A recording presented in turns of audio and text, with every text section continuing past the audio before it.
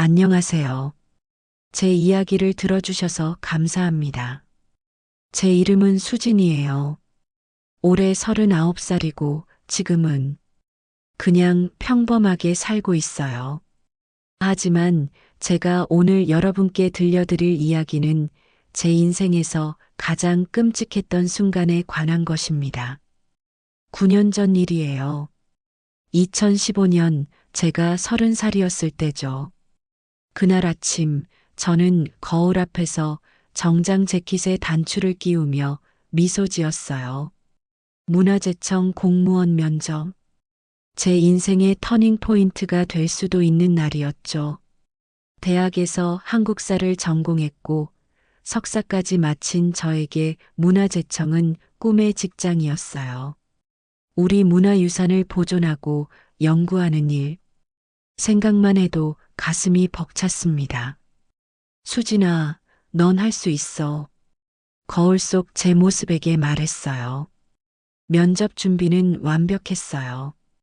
3개월 동안 관련 서적을 읽고 최근 문화재 정책을 공부했죠. 예상 질문에 대한 답변도 수없이 연습했고요. 서울행 기차 안에서도 면접 자료를 다시 훑어봤어요. 떨리는 마음에 물을 한 모금 마시며 창밖으로 스쳐 지나가는 풍경을 바라봤습니다. 이번엔 꼭 합격하자.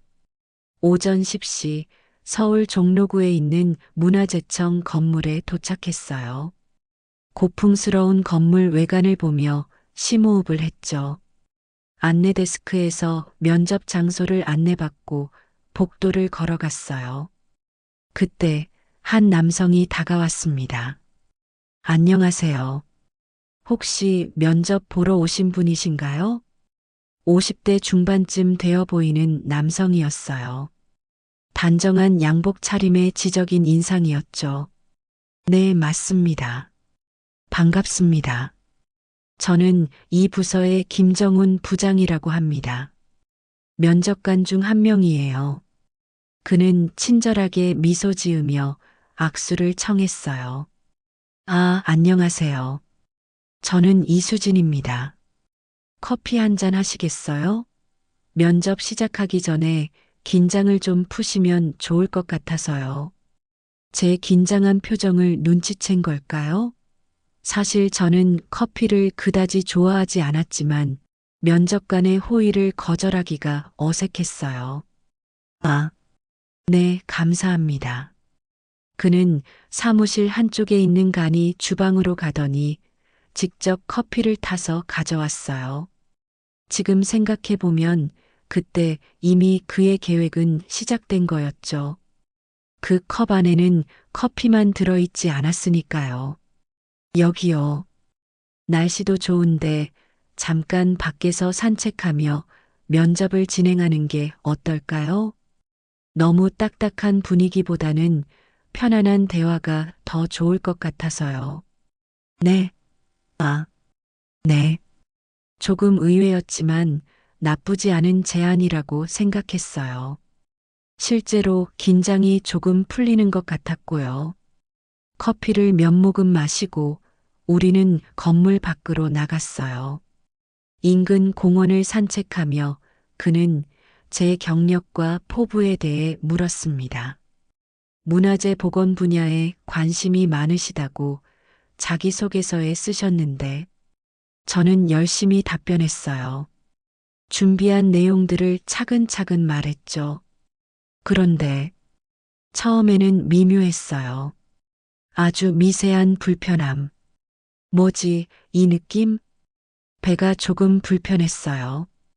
그리고 화장실이 가고 싶다는 느낌이 들기 시작했습니다. 아, 아침에 물을 너무 많이 마셔서 그런가? 하지만 시간이 지날수록 그 느낌은 점점 강해졌어요. 15분쯤 지났을까요? 평소와는 다른 급박한 느낌이었어요. 마치 몸이 제 통제를 벗어나는 것 같은. 저기, 부장님, 잠시 쉬었다 가도 될까요? 손이 떨리기 시작했어요. 심장도 이상하게 빨리 뛰었고요. 나중에 알게 된 사실이지만 이뇨제는 단순히 소변을 자주 보게 만드는 게 아니었어요. 심장 박동 증가, 발한, 손 떨림. 이 모든 게 약물의 부작용이었죠. 아, 면접이 거의 끝나가는데 조금만 더 걸으시죠. 마지막 질문 드릴게요. 그는 웃으며 계속 앞으로 걸어갔어요. 지금 생각하면 그의 그 미소가 너무나 소름 돋아요. 그는 정확히 알고 있었던 거예요. 제 몸에서 무슨 일이 일어나고 있는지. 이상해. 왜 이러지? 이마에 땀이 맺히기 시작했어요. 얼굴이 달아오르는 게 느껴졌죠. 그리고 화장실에 가고 싶다는 느낌은 이제 참을 수 없을 정도가 되었습니다. 부장님, 정말 죄송한데 저 화장실을 급히 가봐야 할 것 같습니다. 제 목소리가 떨렸어요. 화장실이요? 지금요? 그가 저를 바라봤어요. 그의 눈빛에는 뭔가 이상한 게 있었어요. 호기심? 기대감? 정확히 뭔지 모르겠지만 소름이 돋았습니다. 후에 알게 된 사실이지만 그는 바로 이 순간을 기다려왔던 거예요. 자신이 만든 상황이 펼쳐지는 것을. 네, 정말 급합니다. 그럼 여기 공원 화장실이 있으니까. 그가 가리킨 방향을 봤어요. 한참 멀리 보이는 건물. 최소한 5분은 걸어야 할 거리였어요. 안 돼. 거기까지 못 가. 제 몸은 한계에 다다르고 있었어요. 다리가 후들거렸고 식은 땀이 등을 타고 흘러내렸어요. 부장님 정말 못 가겠어요. 제 목소리는 이제 거의 울음에 가까웠어요. 더 이상 걸을 수가 없었어요. 다리에 힘이 풀렸죠. 공원 한쪽 작은 터널 옆에 웅크리고 앉았습니다. 제 의지와는 상관없이 몸이 반응했어요. 그 순간의 수치심을 어떻게 설명해야 할까요? 30살 성인 여성이 공개된 장소에서 면접관 앞에서 눈물이 흘러내렸어요. 굴욕감에, 당혹스러움에, 그리고 무엇보다 제 몸을 통제할 수 없다는 공포에. 괜찮아요. 제가 제 재킷으로 가려드릴게요. 그가 다가왔어요. 재킷을 벗어들고 그때 저는 알았어야 했어요. 이 모든 게 이상하다는 것을. 하지만 그 순간 저는 너무나 혼란스러웠습니다. 그는 제 뒤에 섰어요. 재킷을 들고 그리고 지켜봤어요. 나중에 경찰에게서 들었어요. 그가 그 순간을 얼마나 자세히 기록했는지. 제가 웅크린 자세, 제 표정, 심지어 제가 울먹이던 소리까지도. 그에게 이건 실험이었어요. 인간을 대상으로 한 끔찍한 실험. 겨우 일어섰을 때 저는 온몸이 떨렸어요.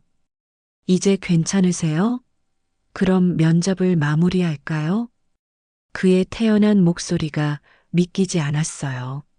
마치 아무 일도 없었다는 듯이. 저 집에 가봐야 할 것 같습니다. 아, 그러세요? 그럼 오늘 면접은 여기까지 하시죠. 결과는 일주일 내로 연락드리겠습니다. 그는 명함을 꺼내 건넸어요. 혹시 문의사항 있으시면 연락 주세요. 그 명함을 받던 제 손이 얼마나 떨렸는지. 건물로 돌아가는 길, 그는 계속 말을 걸었어요. 오늘 좀 컨디션이 안 좋으셨나 봐요. 긴장하셨나? 네. 이해해요. 첫 공무원 면접이시니까요. 다들 그래요. 다들 그렇다고? 아니었어요. 나중에 알았죠. 그가 면접했던 여성들, 거의 대부분이 같은 경험을 했다는 것을. 어떻게 집에 돌아왔는지 기억이 잘 나지 않아요. 집에 도착하자마자 샤워를 했어요. 1시간이 넘도록 몸을 씻고 또 씻었죠. 하지만 그 더러움은 물로 씻겨지지 않았어요.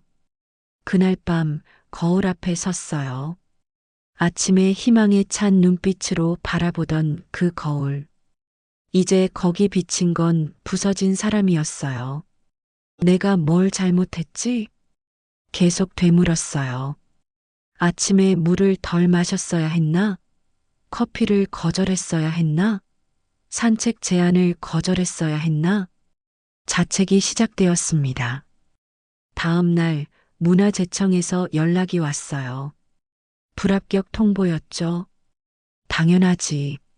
면접관 앞에서 그런 일을.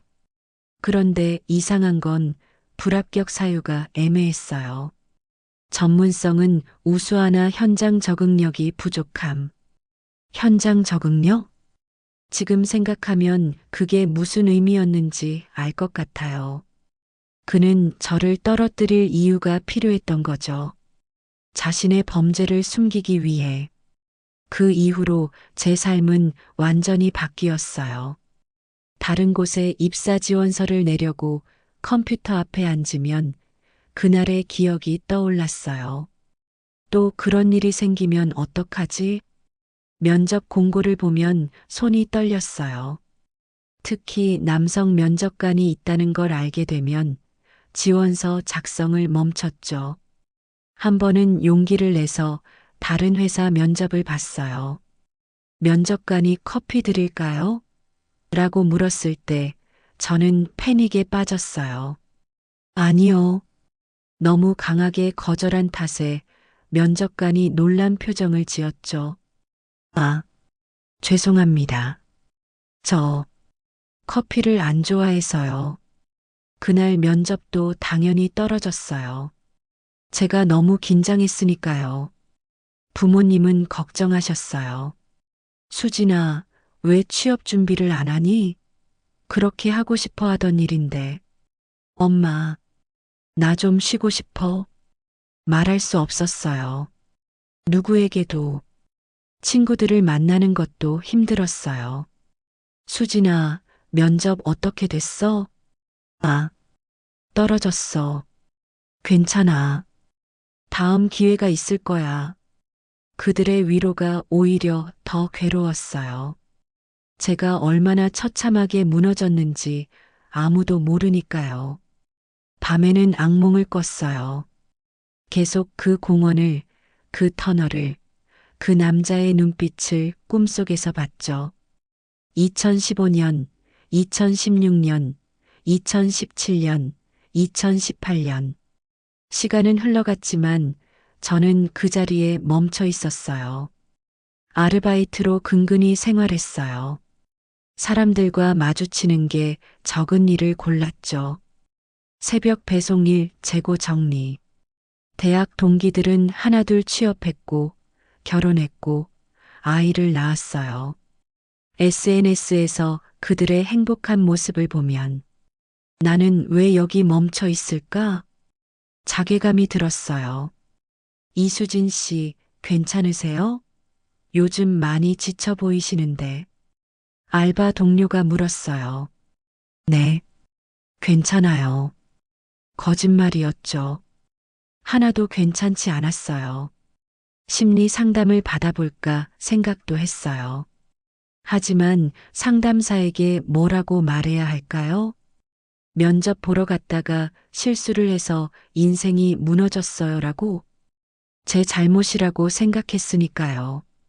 제가 부족해서, 제가 실수해서 그런 일이 벌어졌다고. 2019년 가을, 어느 날 오후였어요. 알바를 마치고 집에 돌아왔을 때 모르는 번호로 전화가 왔습니다. 여보세요? 이수진 씨이십니까? 저는 서울지방경찰청 수사관 박민수입니다. 네, 경찰이요? 순간 심장이 철렁했어요. 무슨 일이지? 2015년 7월 15일 문화재청에서 면접을 보신 적이 있으십니까? 네, 있는데요.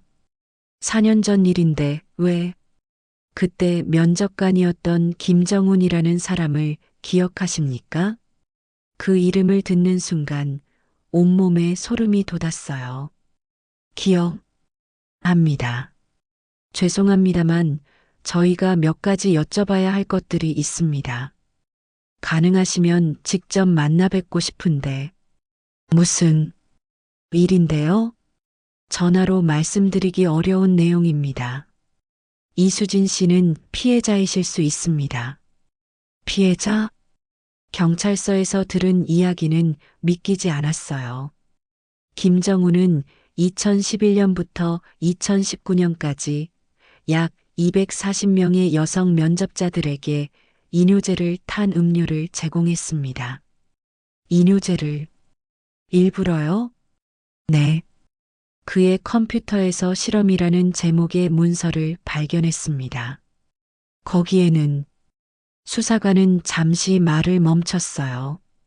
여성들의 이름, 나이, 음료를 마신 시간, 그리고 반응이 상세히 기록되어 있었습니다. 서류를 보여줬어요. 거기에 제 이름이 있었습니다. 이수진 30세, 오전 10시 15분 커피 제공, 10시 47분. 첫 징후, 손 떨림 시작, 발한 증가, 11시 3분 공원 터널 부근에서 목표 달성, 피실험자 심하게 동요, 울음. 예상대로 진행됨. 더 이상 읽을 수 없었어요. 이게 무슨 눈물이 쏟아졌어요. 분노도 슬픔도 아닌 복잡한 감정이었죠.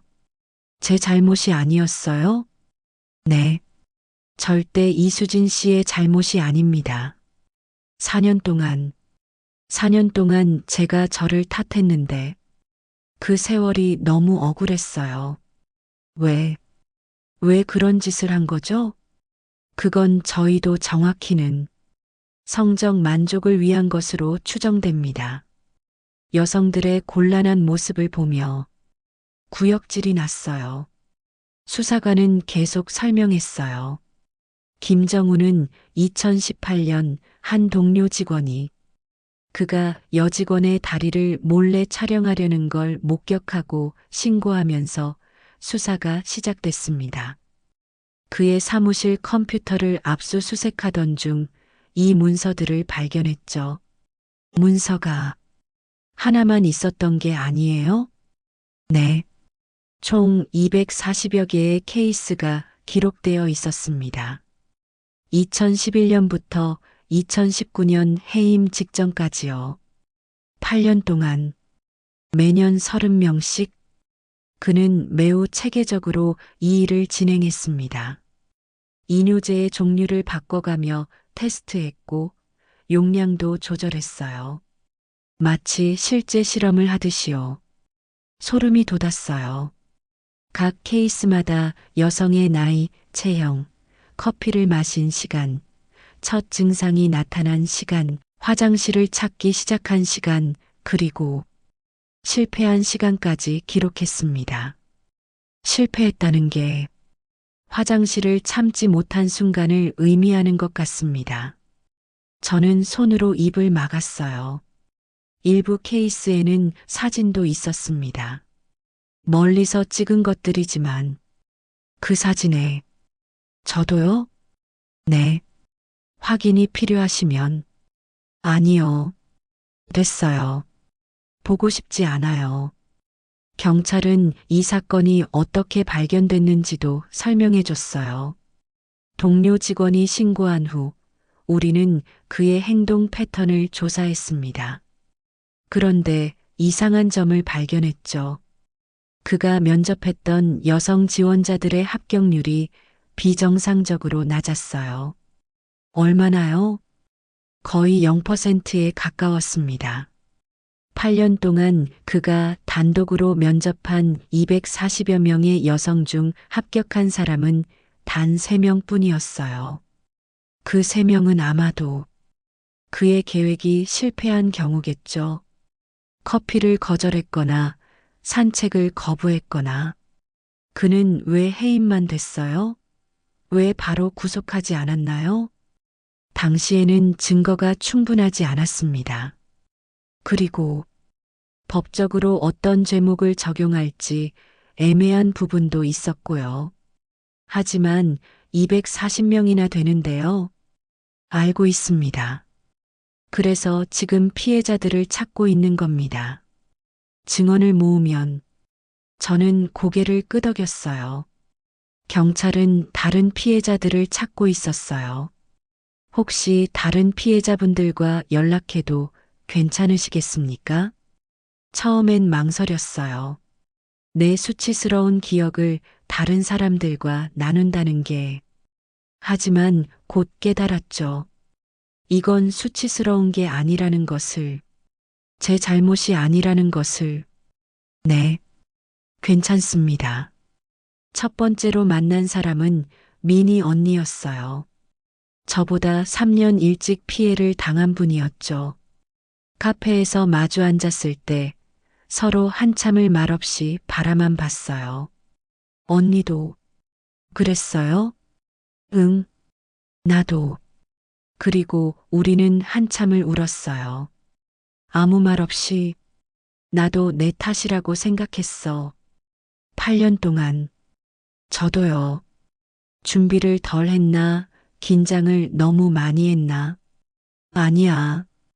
우리 잘못이 아니야. 그 말을 듣는 순간 뭔가가 무너지는 것 같았어요. 4년 동안 쌓아왔던 자책의 벽이. 미니 언니는 자신의 이야기를 해줬어요. 2012년 봄이었어. 난 26이었고 공무원 시험을 3번 만에 붙었지. 면접만 통과하면 되는 거였어. 언니의 목소리가 떨렸어요. 그 사람이 주는 차를 마셨어. 나는 차를 더 좋아하니까 차로 해달라고 했는데. 지금 생각하면 그것도 다 기록했겠지. 언니, 산책하면서 면접하자고 했어. 난 좋은 생각이라고 여겼지. 그런데 30분쯤 지나니까 너와 똑같은 증상이 나타났어. 언니는 눈물을 닦았어요. 난 결국 공원 화장실까지 뛰어갔는데 문이 잠겨 있었어.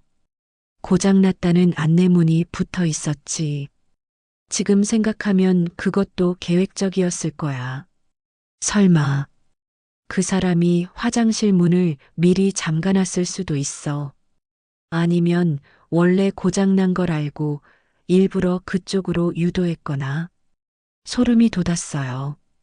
결국 나도 공원 구석진 곳에서 그래야만 했어. 미니 언니는 그 후 8년 동안 정신과 치료를 받았다고 했어요. 불안장애, 공황장애, 우울증. 남자들이 무서웠어. 특히 나이 든 남자들.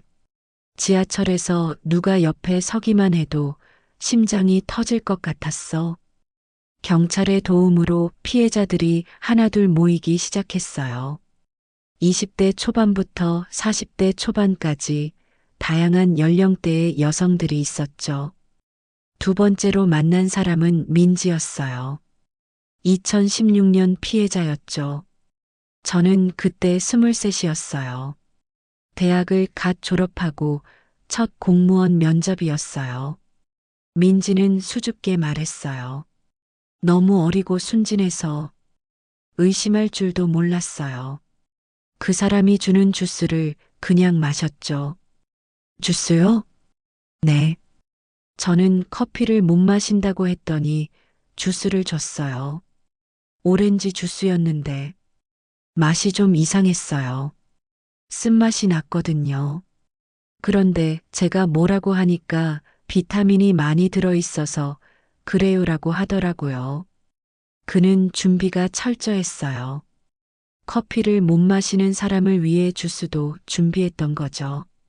저는 공원도 아니었어요. 건물 복도에서 민지는 말을 잇지 못했어요. 괜찮아. 천천히 말해도 돼. 미니 언니가 민지의 손을 잡았어요. 건물 화장실을 찾았는데 그 사람이 계속 다른 얘기를 하면서 붙잡는 거예요. 잠깐만요. 이 질문만 더 드릴게요라고.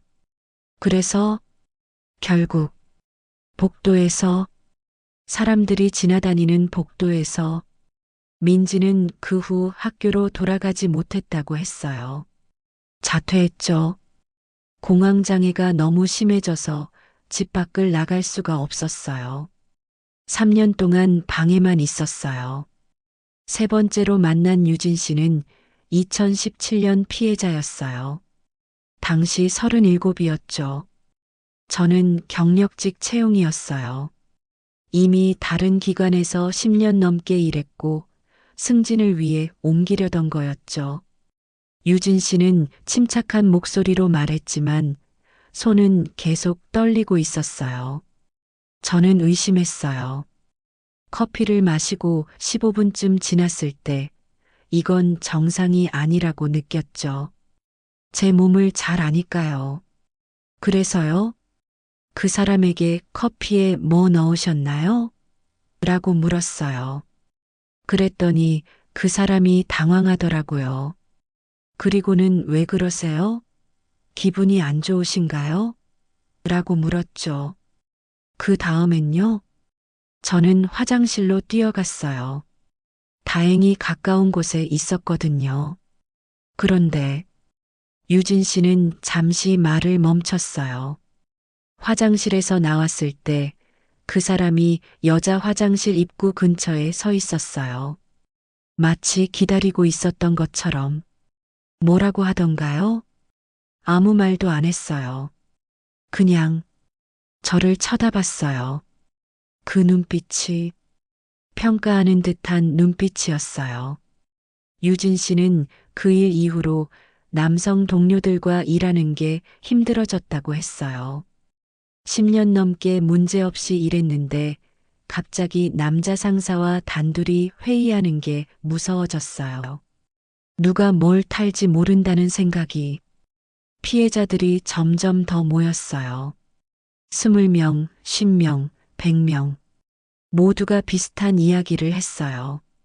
커피나 차, 주스를 마셨고 산책을 제안받았고 급작스럽게 몸이 이상해졌고 결국 화장실을 참지 못했다고. 저는 그날 이후로 취업을 포기했어요. 저는 남자가 무서워졌어요. 지금도 남성과 단둘이 있으면 저는 우울증 진단을 받았어요. 각자의 상처를, 무너진 삶을 이야기했어요. 재판은 계속 미뤄졌어요.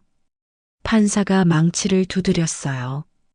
법정 밖에서도 싸움은 계속됐어요. 우리가 언론에 나간 후 온라인에 악플이 달리기 시작했어요. 왜 그렇게 오래 지나서 말하냐? 돈 노리고 하는 거 아니냐? 증거가 있냐? 과장하는 거 아니냐? 매일 밤 그 댓글들을 보며 울었어요. 언니, 이거 봐요. 민지가 보여준 기사에는 이런 댓글이 달려 있었어요. 어차피 면접 떨어질 실력이었으면서 화장실 못 간 걸 핑계 삼는 거 아니냐?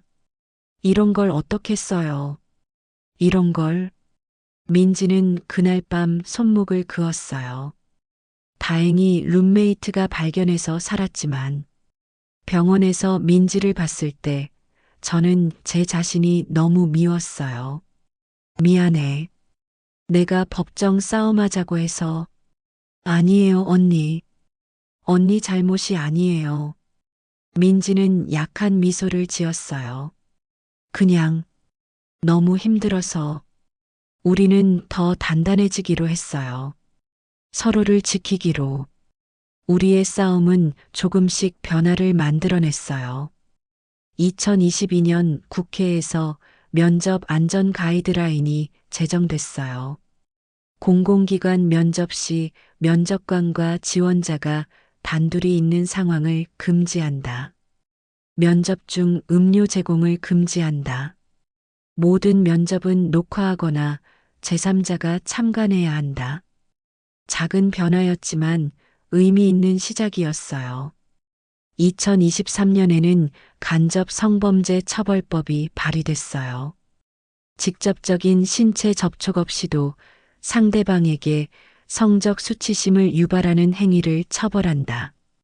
아직 통과되지는 않았지만 논의가 시작됐다는 것만으로도 미니 언니가 비영리 단체를 만들었어요. 면접 피해자 지원센터였죠. 우리처럼 면접에서 이상한 일을 겪은 사람들을 돕는 거예요. 법률 상담도 해주고 심리 치료도 연결해주고 저도 거기서 자원봉사를 시작했어요. 우리의 싸움은 계속됩니다. 그리고 언젠가는 반드시 정의가 승리할 거예요. 제 이야기를 들어주셔서 감사합니다.